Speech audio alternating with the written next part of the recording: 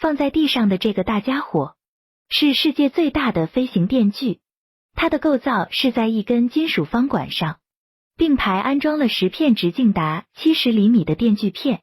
这些电锯片通过传动链条与方管顶部的电动机相连。这个电锯的长度超过10米，重量超过500公斤。要使用这种电锯，需要一架直升机通过空心的金属编织绳索将电锯吊起来，由直升机引擎驱动的发电机将电力通过悬吊绳索里面的电线输送给电锯顶端的电动机。电机启动后，这些电锯片的转速可以达到每分钟3000转，能轻易地将碰到的树枝锯断。这种电锯的唯一用处是修剪高压电线旁边的树枝。在加拿大西南的落基山上，有绵延近1200公里的高压线路架设在鸟无人烟的深山老林中。每年夏季，因为茂密的树枝碰到高压电线引起的火灾时有发生，而靠人工爬树修剪的方法有时根本来不及。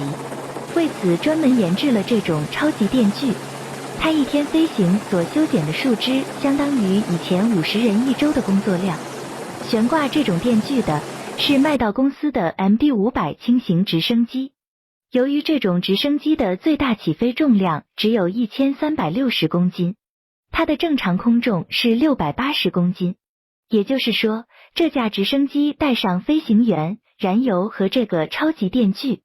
总重量已经达到它的最大允许起飞重量。这样对发动机的磨损很大，而且操纵十分困难。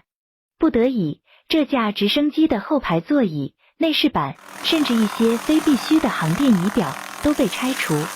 并且每次飞行只加1/5的燃油，让它的起飞重量降低到1150公斤。所以这架直升机每次只能飞行20分钟，而且不能携带任何乘客。飞行电锯由于10个电锯片共用一个马达，所以动力较弱，只能依靠电锯片高速旋转的惯性，短时间内切断细小的树枝。对于比较粗的树枝，切割时间过长就会被卡住，因此需要一名地勤人员随时清除电锯上卡住的树枝。即使这样，飞行电锯依然展现了它无可替代的价值。它每天飞行15至20架次，每次飞行20分钟，每天可以修剪将近30公里的高压线路旁边的树枝。虽然用直升机吊着电锯飞行看起来成本很高，但实际上 MD-500直升机的作业成本每小时仅有300美元，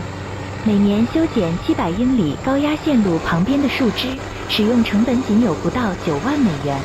大概只有人工作业成本的15至20分之一。